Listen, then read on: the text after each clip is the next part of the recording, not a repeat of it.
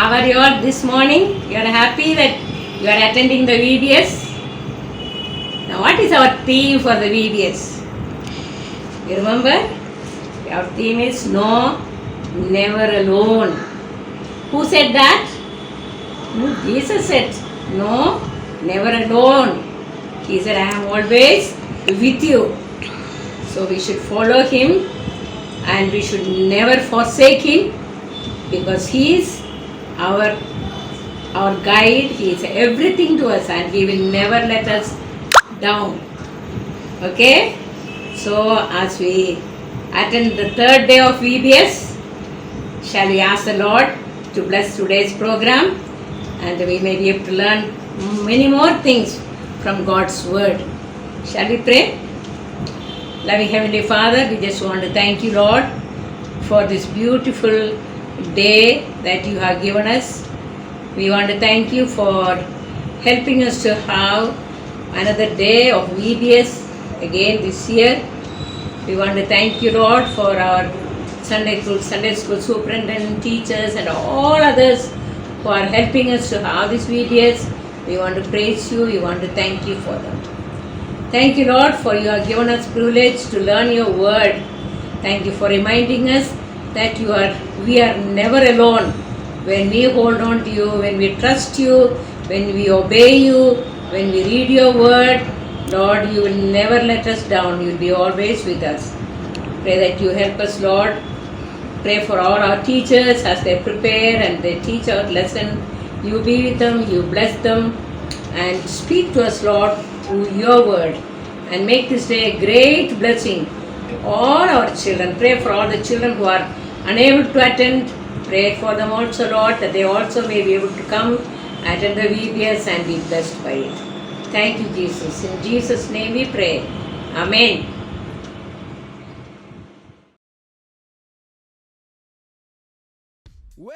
Hey! Come on, children! Are you ready to praise His name? Na na na na na na na na. Everybody! Na na na na na na na. Sing along! God made the world for us so that we can celebrate. God the earth and praise His name. Na na na na. God so loved the world that He gave His only Son, who died and gave eternal life. Na na na na. If you and I can trust in His name, new life is given to all those who can believe and know this word is so true. The old has passed and all things are new. To God be the glory, to God be the glory, forever and ever, amen. To God be the glory, to God be the glory, forever and ever, amen. Na na na na na na na. Sing along. If you and I can trust in His name, new life is given to all those who can believe and know this word is so true.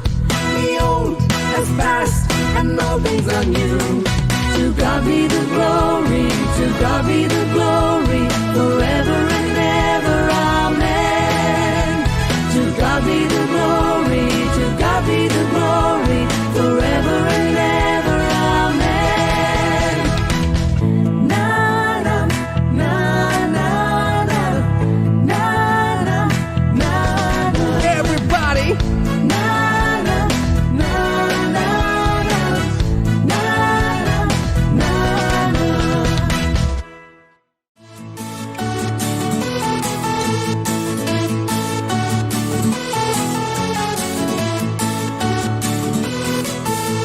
Seek God's face and receive His grace. Seek God's face and receive His grace. Seek God's face and receive His grace. Seek God's face and receive His grace. When I come to His holy place, humble myself in His amazing grace. come to His holy place, humble myself in His amazing grace. When I pray and seek His face and turn away from my sinful way, God from heaven will forgive me. He will save my land and heal me. God from heaven will forgive me. He will save my land and heal me. Seek God's face and receive His grace. Seek God's face and receive His grace. Seek God's face and receive His grace. Seek God's face and receive His grace.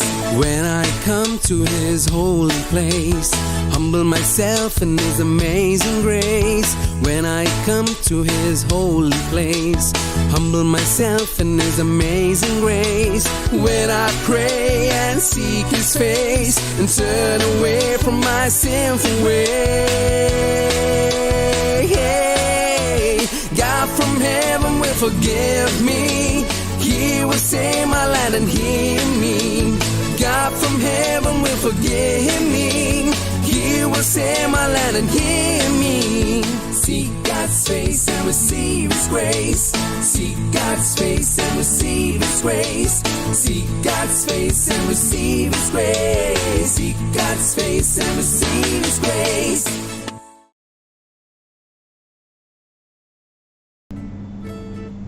Hi kids, welcome to day 3 of the VBS. Before we get started, let's say a small word of prayer. Our Heavenly Father, we thank You for this wonderful day that You have given us. We thank You that all of us are able to come together through this virtual VBS so that we can learn about You and spend some time with You. We pray that You will be with us in today's class, help us to have a good time, help us to enjoy the story and learn something new. In Jesus' name I pray. Amen. So I hope you kids have been having fun, and the past 2 days we've been learning the story of Joshua, and today we're going to continue the story of Joshua. So today we're in Joshua chapter 3 and chapter 4. So we have been learning about how after the death of Moses, Joshua was selected as the new leader of Israel. Now this was not an easy task, because how many Israelites was Joshua leading? It was not hundreds or thousands, it was probably lakhs of Israelites, and that is not easy. Joshua must have been very scared. But we learned over the past few days how God promised Joshua that He was going to be with him, and He was going to help him, and He was going to give him everything he needed to lead the Israelites. So the Israelites now had to cross the river of Jordan to get to the promised land. If you remember, Joshua was taking all the Israelites to the promised land, and the main task ahead of them was that they had to cross the river Jordan. So if you take a look at the map of Israel, you can see how the Jordan River is right in the middle, and the Israelites were probably on this side and they had to get to this side. And for that they had to cross the river Jordan, which is here in between. And if they did not cross the river Jordan, then they'd have to walk all this way around the river, which is a really long path. And so obviously the easier solution would be to cross the river rather than go around the whole river. And that was what Joshua had to do. That was the big task ahead of Joshua and the Israelites. Now, how do you cross a river? Today, if I asked you how would you cross the river, what would you do? Probably you would take a boat or a ferry. Some of you all must have gone on boat rides over rivers or lakes, or some of you might have taken ferries. So yeah, but like I said, there were lakhs of Israelites. So where would Joshua get so many boats? Like lakhs of boats to carry all the Israelites across the river. So crossing the river by boat was not an option.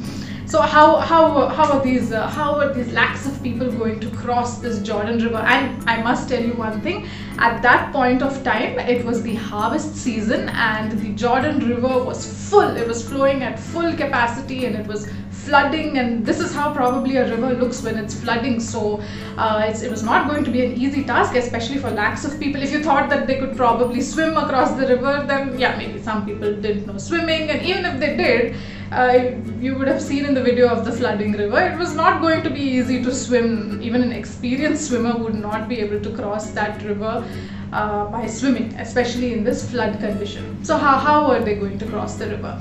Another way we can cross a river is if there's a bridge over the river. I'm sure there are some really famous bridges all around the world, some really beautiful bridges. For instance, a few years ago I visited the Tower Bridge in London, and this bridge is built over the River Thames, which flows in London. Like the River Jordan was flowing where the Israelites were camping, the River Thames flows through the city of London, and there's a bridge called the Tower Bridge built across the river, and that is how people can get from one side of the river to the other side of the river. So you can see me on the Tower Bridge and me trying to cross the Tower Bridge, walking over the Tower Bridge.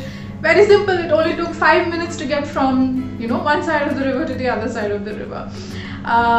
Maybe some of you have seen this bridge. It's a very famous bridge. It's the Bandra Worli Sea Link, which is in Mumbai. It's a very beautiful bridge, and this is also used to cross water. Or maybe some of you have seen the Durgam Cheruvu Bridge. This is a bridge which is right here in Hyderabad. Some of you might have gone over this bridge, and this bridge is built over the Durgam Cheruvu, which is not a river, it's like a lake or a pond, but it makes crossing it so easy. It only takes 5 minutes to cross through the bridge.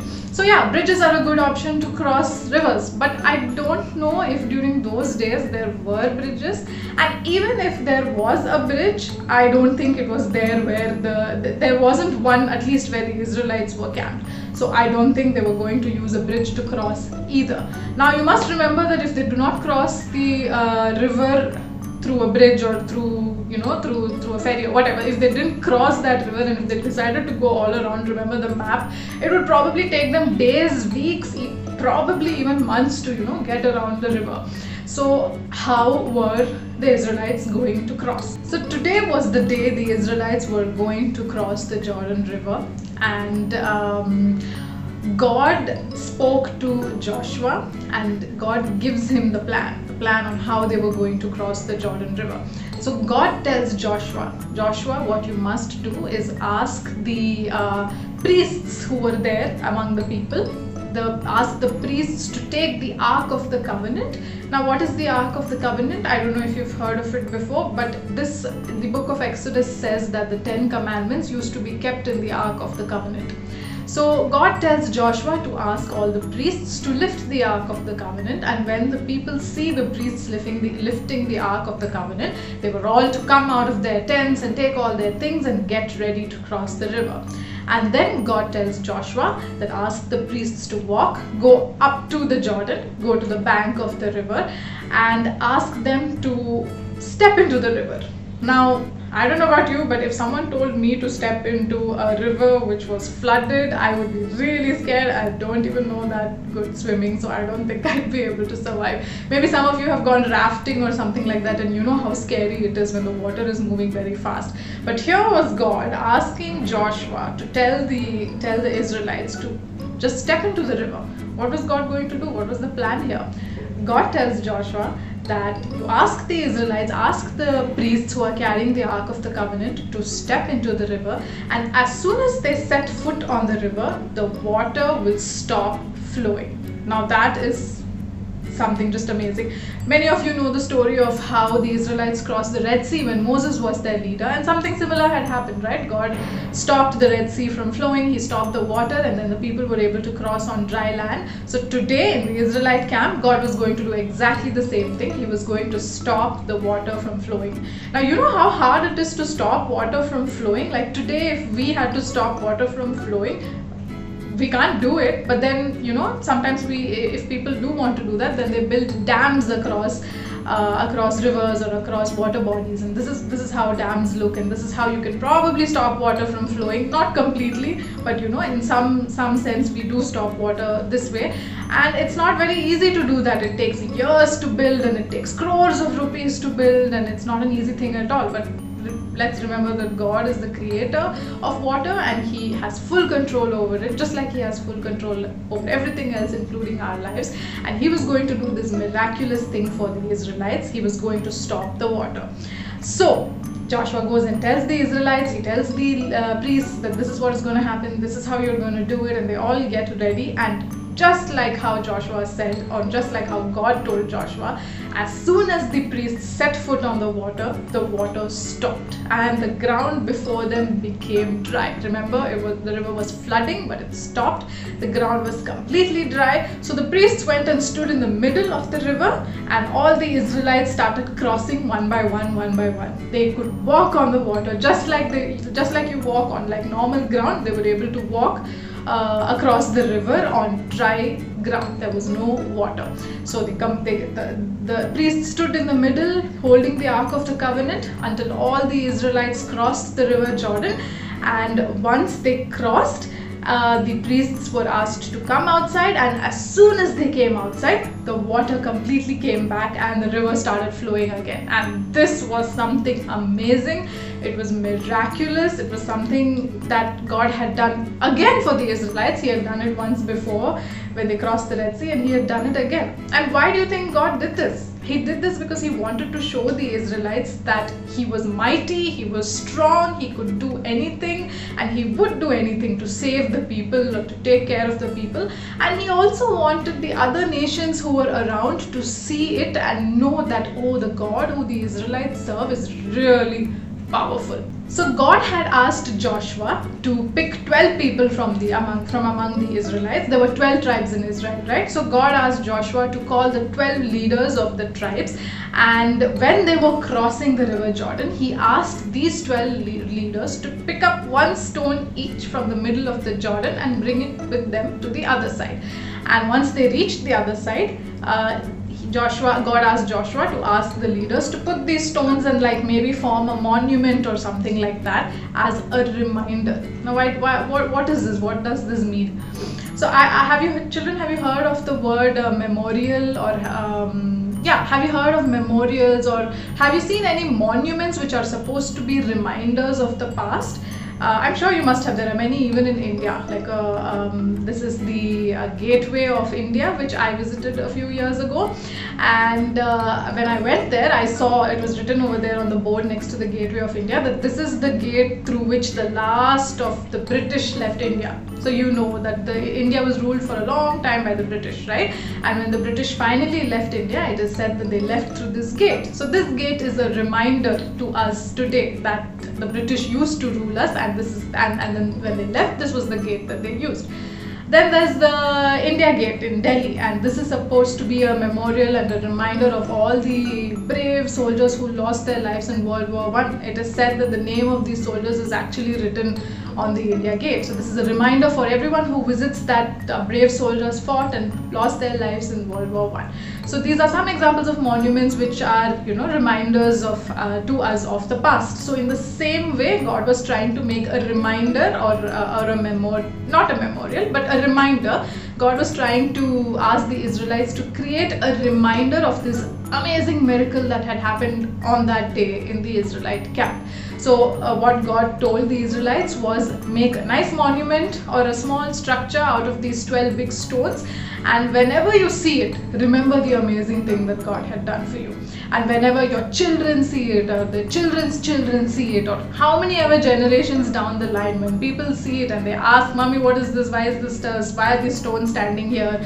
Or when people ask why are these stones here, then you should tell them the story that once upon a time when we had to cross the river Jordan, God did this great miracle of stopping the water from flowing so that we could cross, and these are the stones from the middle of the river. So that those stones are kept there as a reminder for all the generations. So one thing I want to tell you here, children, one of the main reasons God had this reminder and God had done this sort of a great thing was, of course, because he was helping the Israelites, but he wanted the other nations also to see. So I think there are a few things that we can learn from this story that we heard just now. One, that God can do amazing miracles. He is the same God today and he is the same God then. He did such a great thing for the Israelites then, and he can do great things even today. So God can do such amazing miracles to help his people, you and me, we who are his people. He can do such great things even today. And two, when he does do such great things, then we must take the opportunity to tell others about the great things that he has done, so that others also get to know and get a chance to experience this amazing God. So yeah, today we saw how God, from the past 3 days we've been seeing how God never let the Israelites alone, helped them face all challenges that they were coming through. The theme for today's class or today's lesson is never go away. God will never go away from us. He'll be with us even when we have problems. And we should also never go away from God. When things get tough, don't get scared. Don't run away. God is there and He can do miracles. Okay, so kids, who's ready to learn today's memory verse? So today's memory verse is John chapter 14 verse 6. Jesus said to him, I am the way and the truth and the life. No one comes to the Father but by me. Let me repeat that.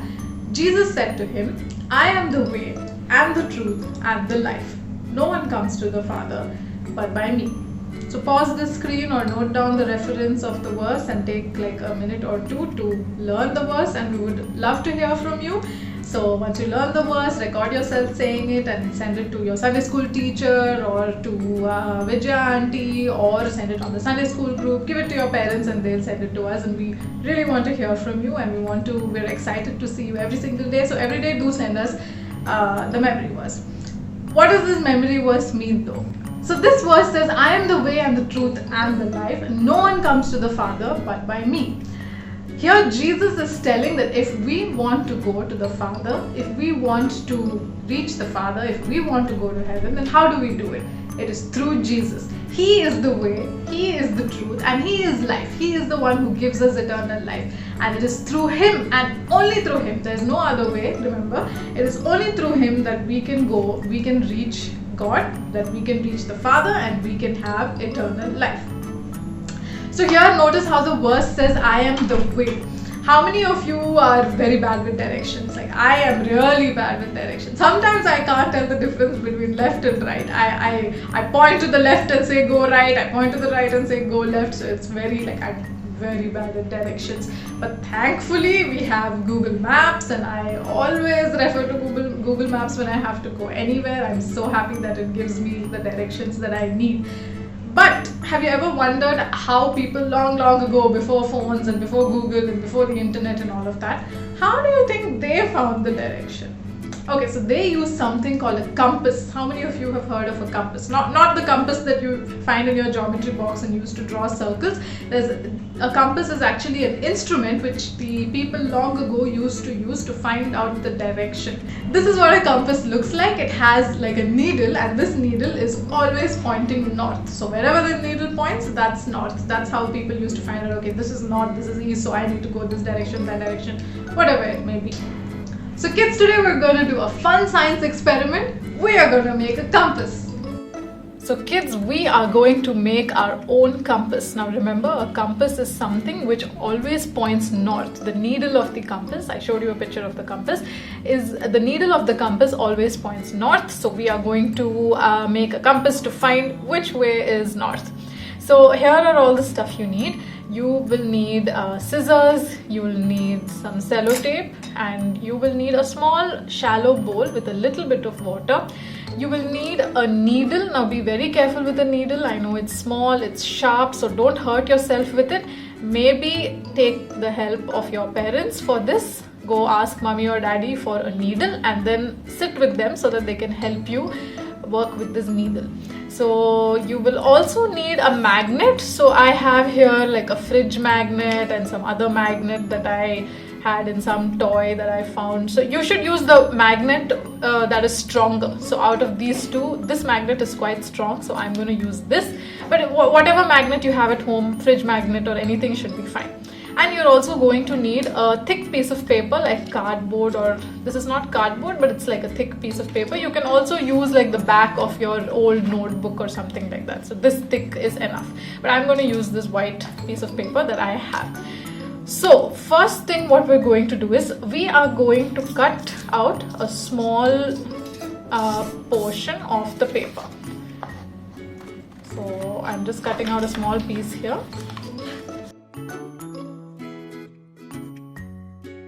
Something this small should do. Now what I'm going to do is I am going to stick this needle on this piece of paper. So for that I am using the sellotape. So I have my sellotape here and I'm going to take the needle and stick it. Remember kids, be very careful while working with the needle. Use the help of your parents.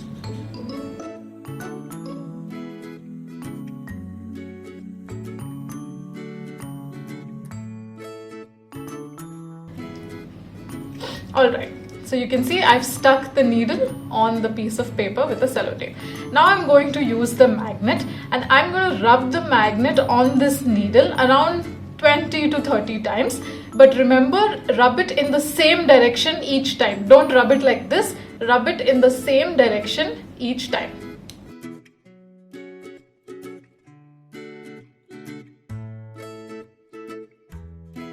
So I'm going to put this in the water now and see which direction is north. Okay, so I think it stopped moving and I have a compass on my phone which I'm going to open to see if it's correct. There you go. This is my compass on the phone which says this is north, and we have magnetized this needle to point north. So what I want you to do is, few things I want to tell you when you're doing this. Make sure the fan is off, or if there's an AC, maybe turn the AC also off, or sit far away from the AC. Don't do it in a windy place, because if there's wind, then the needle will move and it will not point north. So yeah, these are some things to keep in mind. So one activity I want you kids to do is tell me which direction does your house point. So as per the compass I have here, is if this is north, then this is west east, and my door points here. My house door is here. That means my house faces east. So find out which direction your house faces and tell it to us. Send it to us on the Sunday School WhatsApp group. Also, one more thing to remember kids, this is just a temporary compass, so in a little time it will stop working. Don't get confused, that's just how it is. Another activity I have for the older kids is find out how this happened. How did this work? How is this needle pointing to the north? Find out and let us know. Okay, I hope you had fun trying out this experiment. So that was really interesting. I had fun making the compass. I hope you had fun too. And just like the compass's needle is always pointing north, remember today's verse tells us that Jesus is the one who points us to God. Jesus is the way. Just like the compass shows us the way, Jesus is the one who shows us the way to heaven. So kids, I hope you had a really good time. Before we close, let's all close our eyes and pray. Our Heavenly Father, we thank you for the wonderful class that you gave us. We thank you for teaching us the story of Joshua and about the wonderful miracle that you did for Joshua and for the Israelites. And we thank you for teaching us that you can do miracles for us even today. Help us to tell others whenever you do something good for us, so that others can also come to know about you. And help us remember that Jesus is the way to God. Help us to remember that you are there for us, you will not leave us alone, and you will never go away from us, and we also should not go away from you. Help us to enjoy the rest of the day and enjoy the rest of the VBS. In Jesus' name I pray. Amen. So kids, I hope to see you all tomorrow. Bye-bye.